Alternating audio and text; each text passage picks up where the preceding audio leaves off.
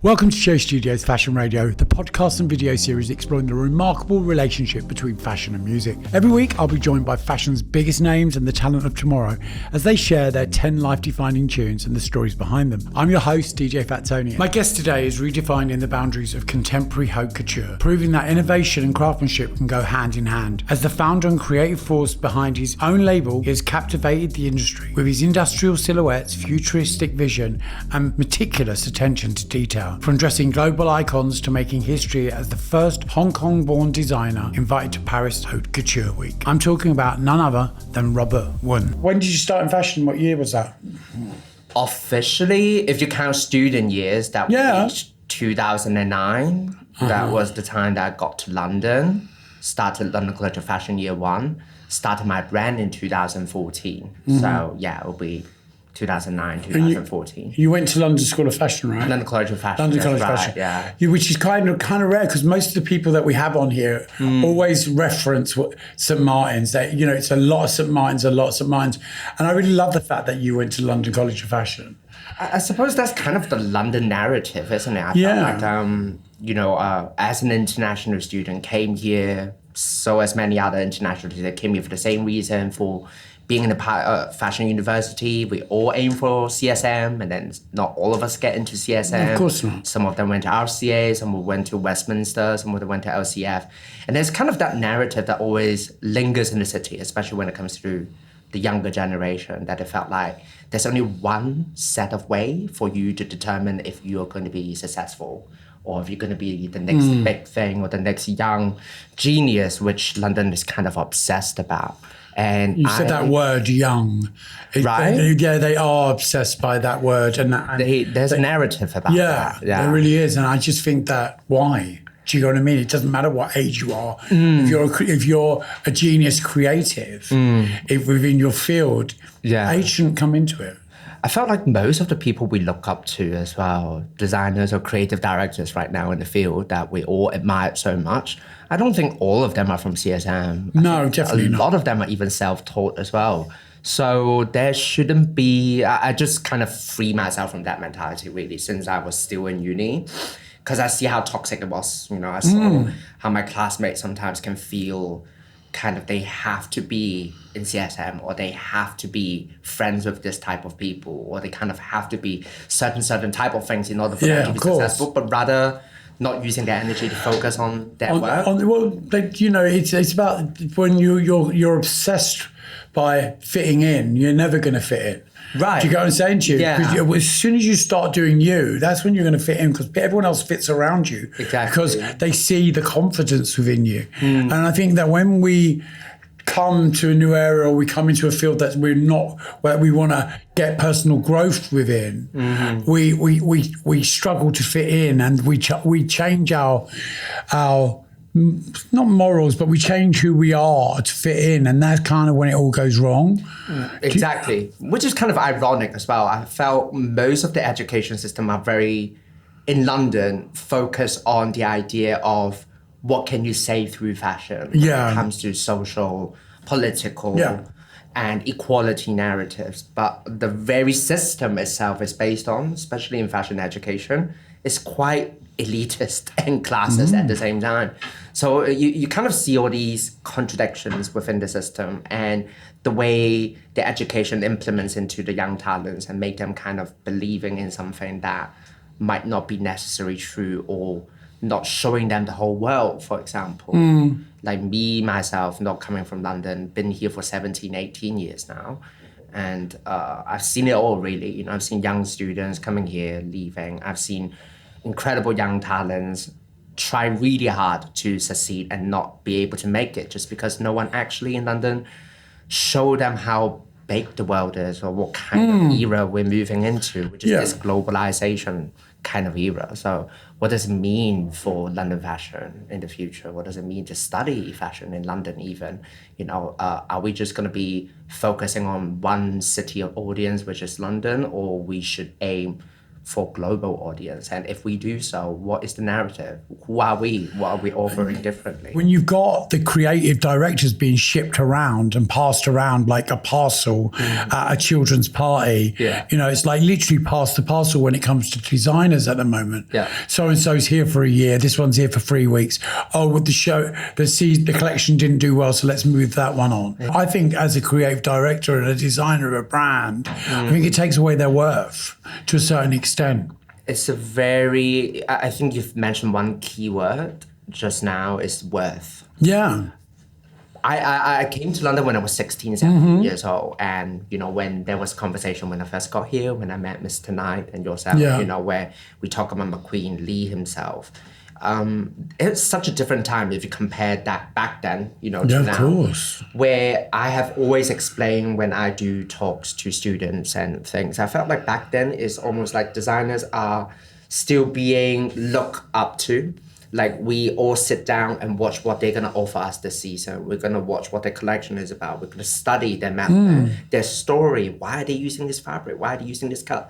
Hence, the triangle goes like this. So the designers are here offering what they want to give to the public, no matter what they sell, the concept, how to move fashion forward. And I feel like the middle part, which is where the editors, the journalists, the buyers, everyone would try to understand what the designer is offering and then offering it to the public, where the public would be like, oh my God, yes, I want to understand, why am I spending £2,000 on the jacket? It's because this designer made this collection about this. So there's more than just about luxury, but there's a sense of soul, a piece of something, a storytelling aspect in luxury fashion back then. Now the triangle has completely shifted upside down, where the audience and the consumers are the one who dictates what the designer needs to do. So that kind of filters all the way down where designers is at the bottom. So you're right, designers' worth has becoming less and less valuable purely based on we no longer are the one that the market cares about. Like no one wants to spend a second listening to what our concepts are, why do we want to do things differently? And celebrities or whoever move the engagement and sales are the one that determines sales factors. So for business owners, they only care about that. Not only care about, but I mean, that is the most major factor they care about is profit. And if the dynamic of fashion have shifted to that narrative, which is about who gives you the most engagement, and designers no longer are the one that gives or pull the attention of the most engagement, then we officially have been put and pushed down further and further lower to the food chain. People care more about who's going to be the ambassador. Is it going to be some big stars? Is it going to be Hollywood? Is it going to be K-pop? And then they are the one who moves the product. So actually, it's becoming more even they are the one who decide, I want to wear this color to your show, so you're going to make me this color to come to my show. And you see all the fashion journalists from all the medias, their number one job is not to sit down and get ready for the designer's collection coming out, is to make sure you stay at the door, and when one of the big stars comes in, you're going to get them walking in video, sitting down video, talking to each other video. That's what goes out. The show actually doesn't go out anymore. No one cares about what the designer puts out. And it's so scary. And I don't know where this is going to go, but I don't believe that will be the ultimate destination where we're going. What brought you into music? Because we all have one song that the first record I ever bought was an Elton John one that I asked my mum for and played relentlessly, and then it was put in a cupboard that I couldn't reach. Right. So for you, what was it? Ooh. Earliest memory, maybe 12, 13 years old. Avril Lavigne, that's for sure. Amazing. I'm gonna like that time, Smoky Eyes, Punk Girl, Under the Skin record.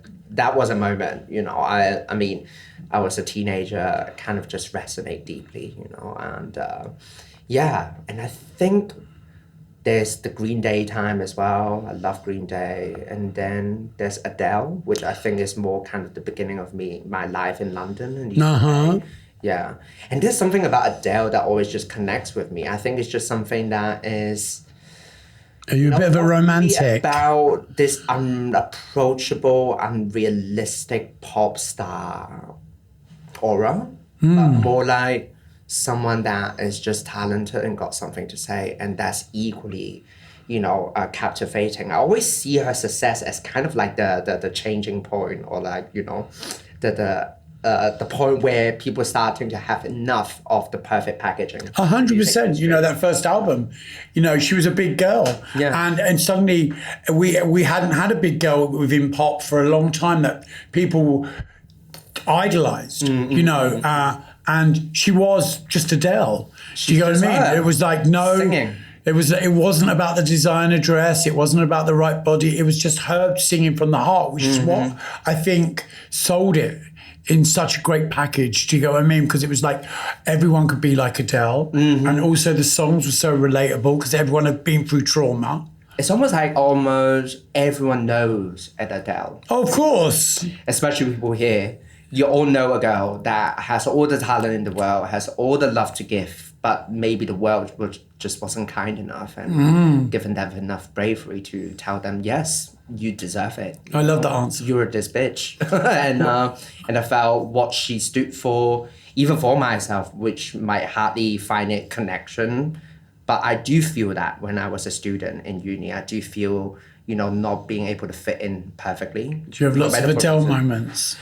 Internally. Yeah, the inside drama. But I felt like, you know, it just kind of gave me the courage that it's okay if you don't speak really well, or it's okay if you don't like going to parties, you know, and you're not Don't great fit in with the rest of the group. You're not great at socializing with certain type of people. You just need to be very good at what you do and let what you do speak for you. Let it shine, basically. And the right people will come. And I felt that is what I have subconsciously learned from her, or watching her, or seeing her success, or listening to her music. You know. What first brought you into fashion? What was that one thing that you thought, I want to be fashion, I want to do fashion?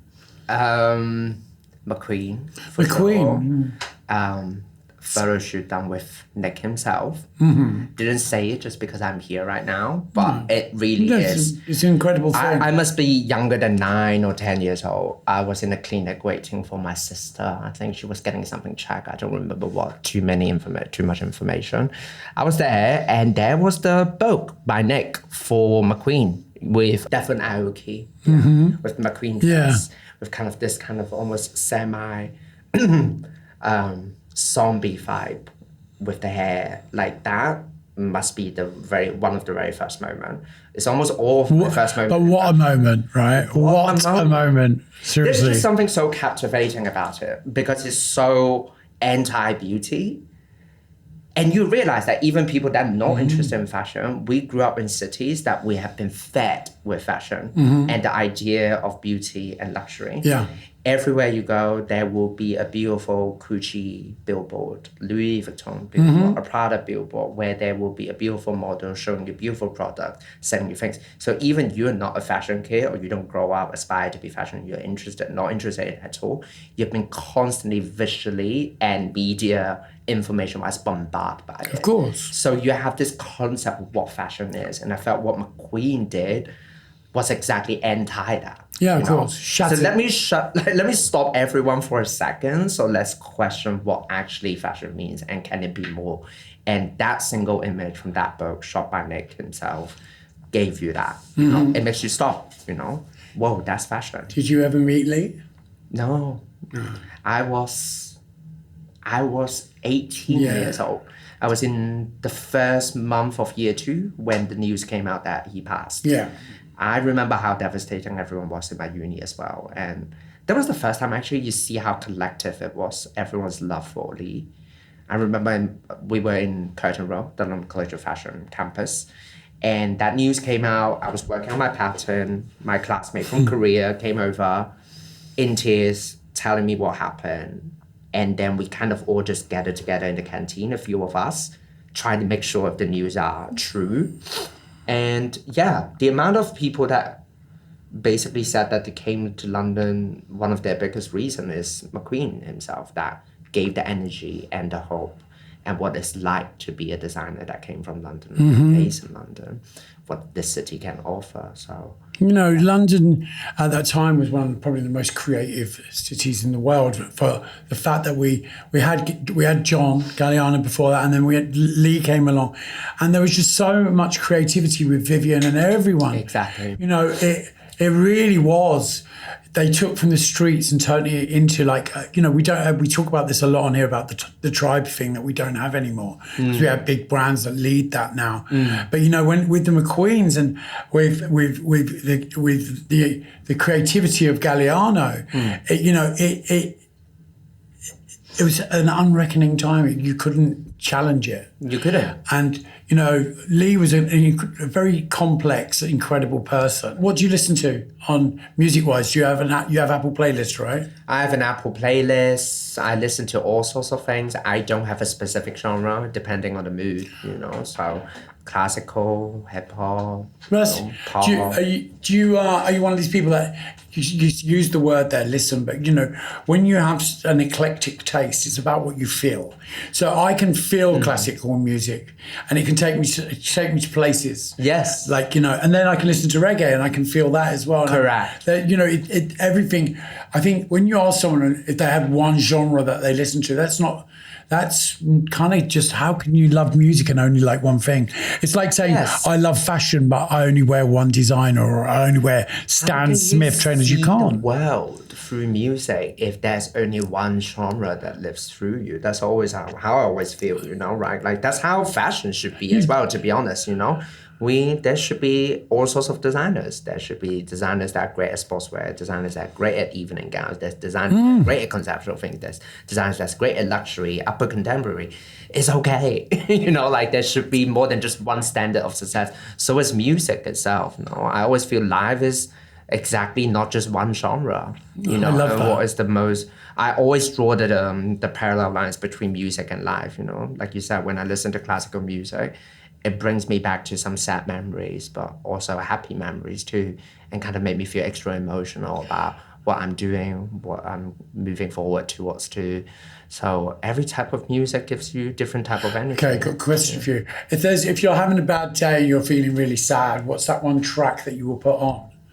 I will put on even sadder tracks. Yeah, I'm the same. I'm like that, right? I want to feel it. I just want to sing. I want to be in that see moment. See how low I can sink down to, and then I'll be fine. And then, once I hit the bottom, I'll be like, what, get over it. And then come on, Adele, sort yourself out. Exactly. So any type of music that made me even feel more emotional, or kind of to the point that I almost feel vengeful, and then you feel like, that's about it. And then you kind of feel that, you've let all your emotions out, and then that's the time. So, yeah. If there's one song that you really can't abide, what would it be? I mean, this is always a question I've been asked before, and I kind of always don't know what song particularly. I think there's two. Go on, I want to know both. Right, so one is Taro by OJ, which is the, I don't know that. Yeah, I named my cat after that song, actually. I believe they wrote that song after a female war photographer. Yeah. Yeah, and it was a beautiful story about the love story between her as a war photographer and also a man that happens to be her husband, I believe, afterwards. They are both war song photographers that they met through that too. And her name is Taro, and they made a beautiful song kind of like try to capture that story that they met through, tragedy, and how a female war photographer kind of a legacy herself. So that is a beautiful song. Honestly, I love that song. And also Princess Mononoke from the movie Hayao Miyazaki. That whole soundtrack, from Studio Ghibli, always moves me. And it's just something very grand and unnecessarily emotional, and so irrelevant to everything we do in the city as a human being, but that's just so captivating, So it's a classical side of me that I love to just feel that extra overwhelming emotion. What song makes you really, really, really happy that that it's just gonna you put on in the car or wherever on the way to something? For me, I have so many of those songs. Well, not so many. I've got 3 or 4. Those moments that just like think, I just need to put this on now. Lately, these days, it's been Dolce, really, Yeah, I you see, because I listen to music, but then I also kind of want the story behind the artist now. Yeah. I feel like this is nowadays audience, we don't just want what has been sold to us on the surface. We want to know why the artist wrote that song, what did they gone through, you know, what was their story, why did he create that piece of music. And I felt Doechii is exactly that now. Like, I'm so happy for her. I don't know her yet, you know, but You've not dressed her yet, no? Yeah, I haven't dressed her yet. I haven't had the opportunity, hopefully soon. But yeah, it's just everything about her is so honest and unapologetic, but yet still so humble and powerful. Incredible. I had the pleasure of having her on in the car for a 5-hour journey the other night. My fiance loves her.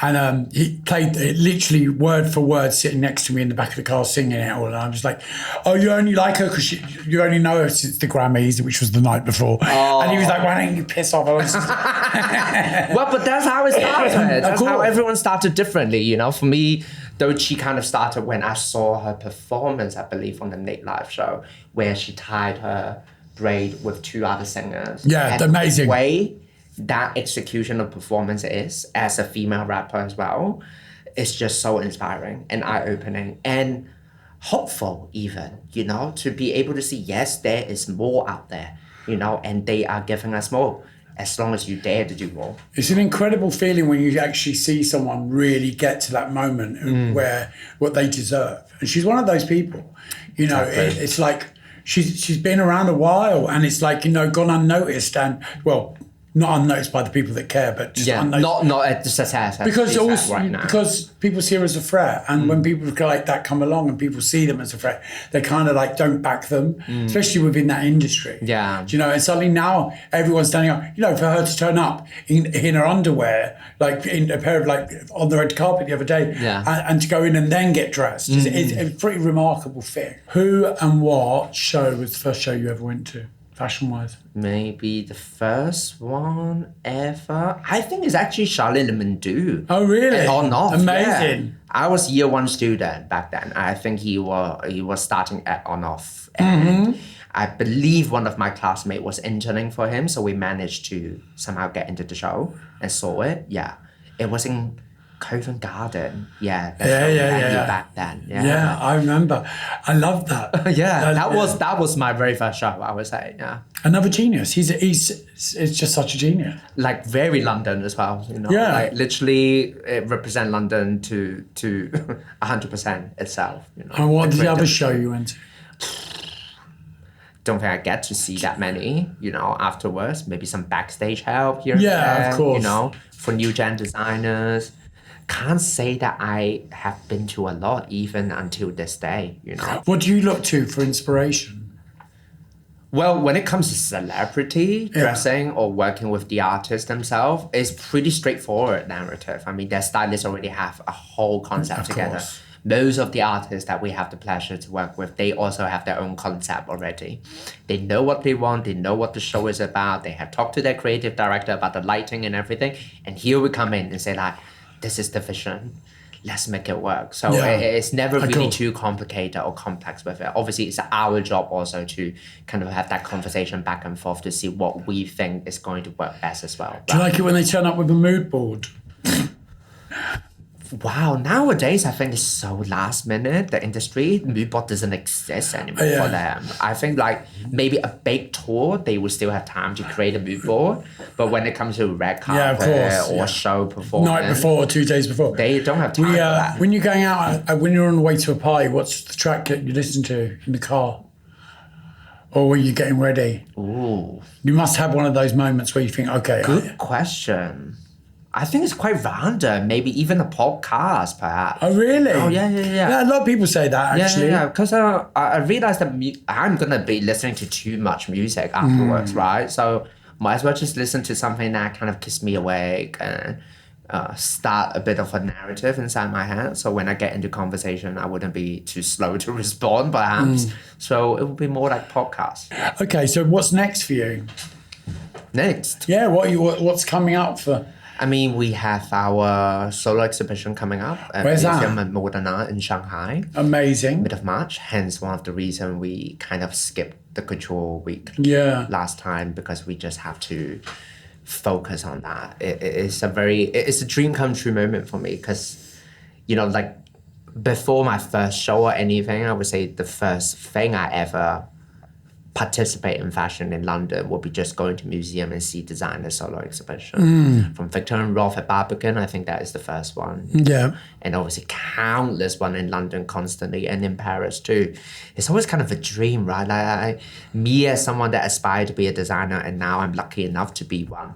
It's a beautiful thing to be able to do, to work with a museum, to kind of curate a world, a narrative where you have to write things down, where you have to take people in the journey, you have to contextualize it. It's no longer a runway show that only lives for 5, 6, 15 minutes. Yeah. You're talking about something quite institutional. It's almost like you're writing a book, a history page, and people are going to be in that environment. What do you want them to feel? What do you want them to see? What do you want them to read about your work?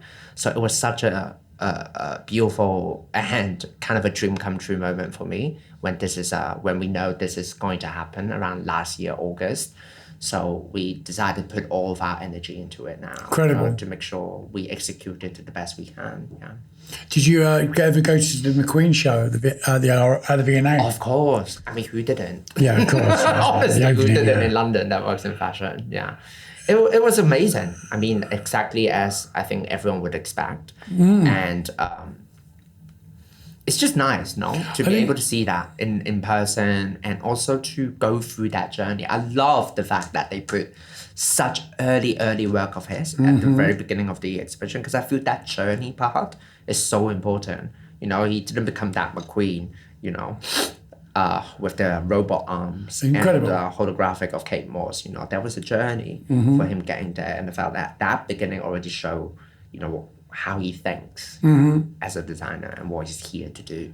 So I do like that part of the exhibition. I recently went to Tokyo for John G from our jailer, and I went to the exhibition. Oh yes, which is mind blowing. It was actually, you know, to see that journey, and you've used that word quite a lot. It really is. It's a magnificent thing to see for the creativity behind what that look come from and how it was created, and you know, John was is one of those people that take you on that journey. I don't believe in one way of success. Yes, I do believe there is a quicker way of success or there's a more on-trend way of success in terms of the equation of how to design, how to market, how to sell, and how to proceed as a designer. I'm completely on board with that. I understand it, you know, but I don't believe there's a longevity towards it.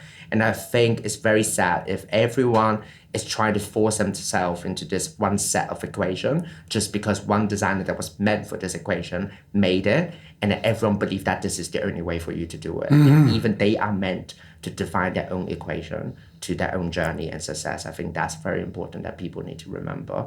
And that's how I'm very grateful for, you know, what Paris have done for me as well, to be honest. You know, the way they see that I belong in the calendar of couture, even if it was never my idea. You know, I just told them I want to do a show in Paris, and they were like, okay, well, it's not going to be ready to wear, you're going to be in couture. So they are the one who mentioned it.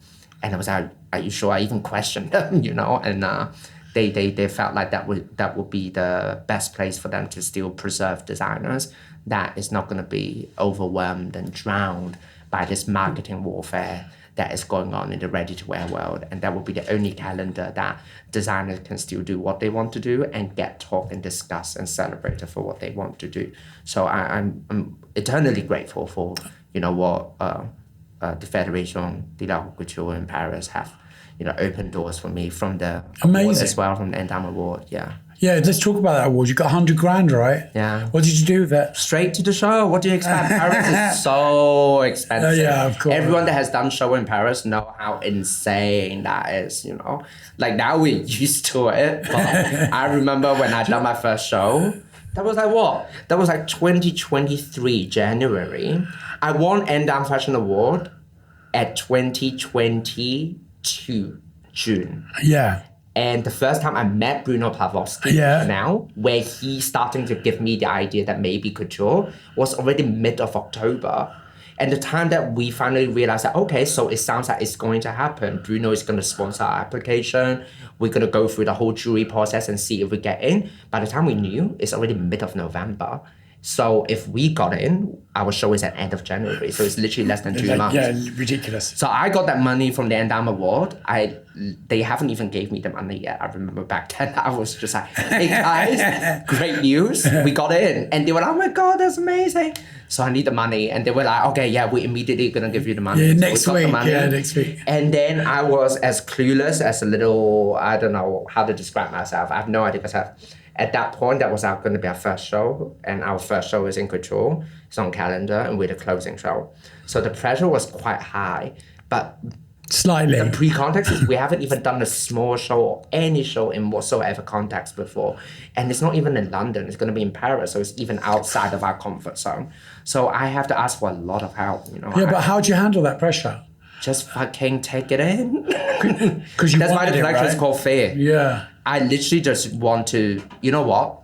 This might be the one chance I ever get in my life. I might as well just live through it, be it, and the fear. That's why the collection called Fear. And I start looking couture and the design in a way that, what if it's just beautiful things getting fucked up? And that would be, because me getting into couture was not even my first idea, it was being offered to me, and I see the reason behind it now, by these incredible people that knows everything about couture. Yeah.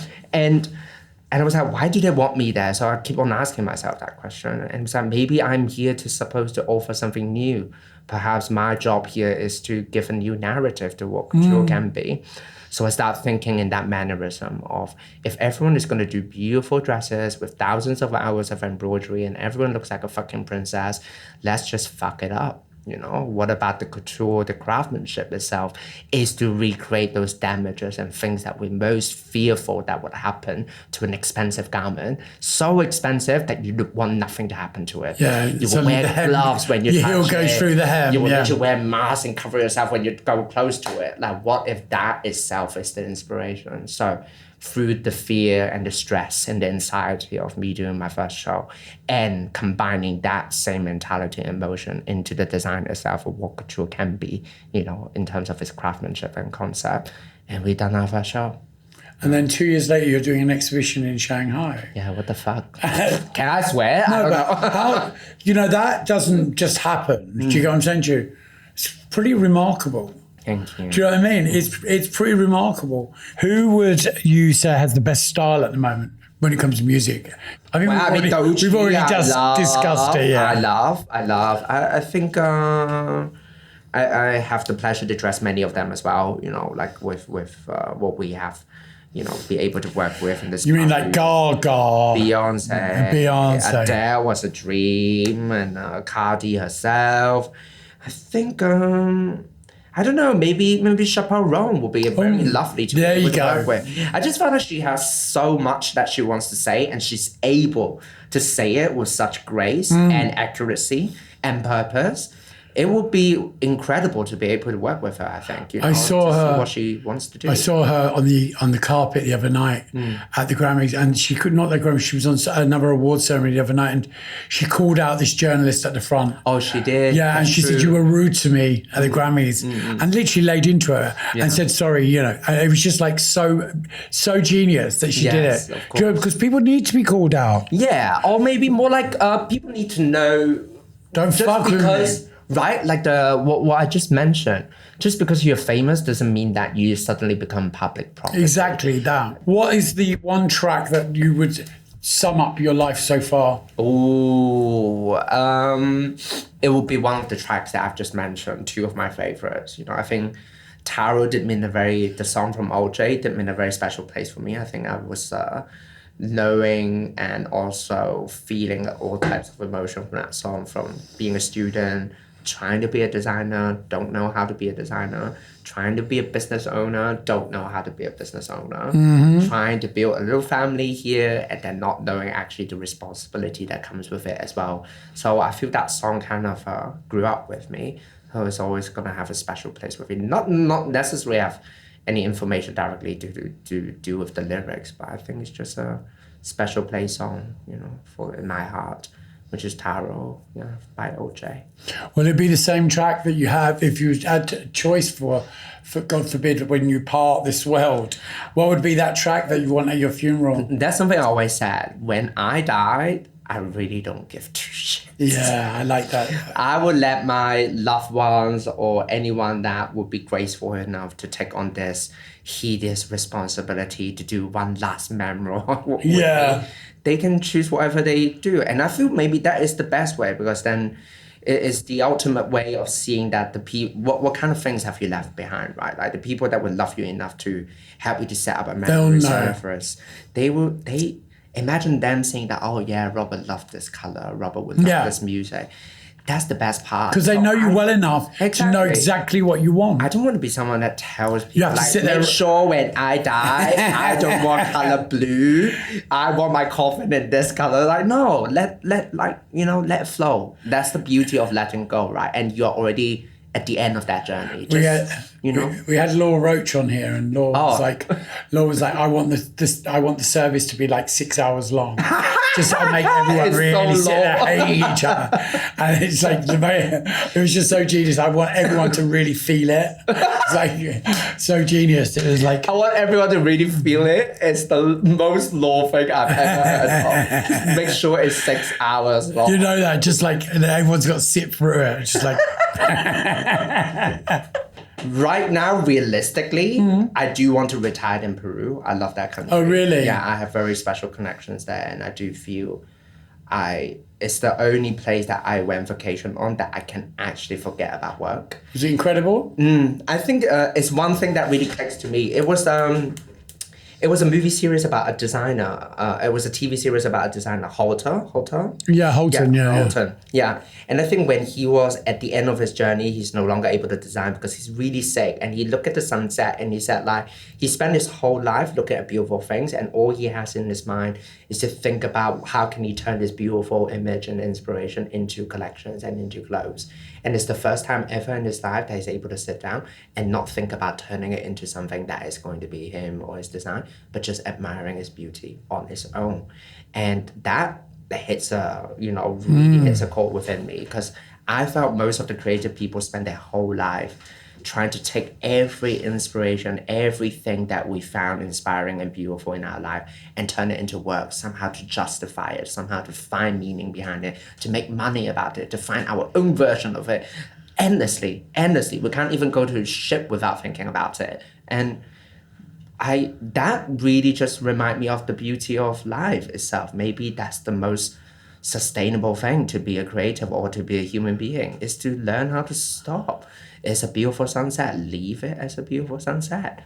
Don't need to think about, let me turn this ombre into this dress. Let me turn this cloud into this bag. Right? So Peru was the first time ever I felt that. I felt like I don't need to turn all this beautiful experience into work. I don't need to tell people about how to put into a collection statement about what I discover in Lima and what I discover in Cusco. I don't have that. It was so within and personal, and I just felt happy and I felt energized about it. And I felt like I'm ready to move on to whatever that I wanted to do and needed to do in London. So yeah, I think that's the answer. Sorry, what a great longer than it should be. What a great answer. Seriously, it was absolutely lovely to have you on today. Thank you. It's been beautiful talking to you.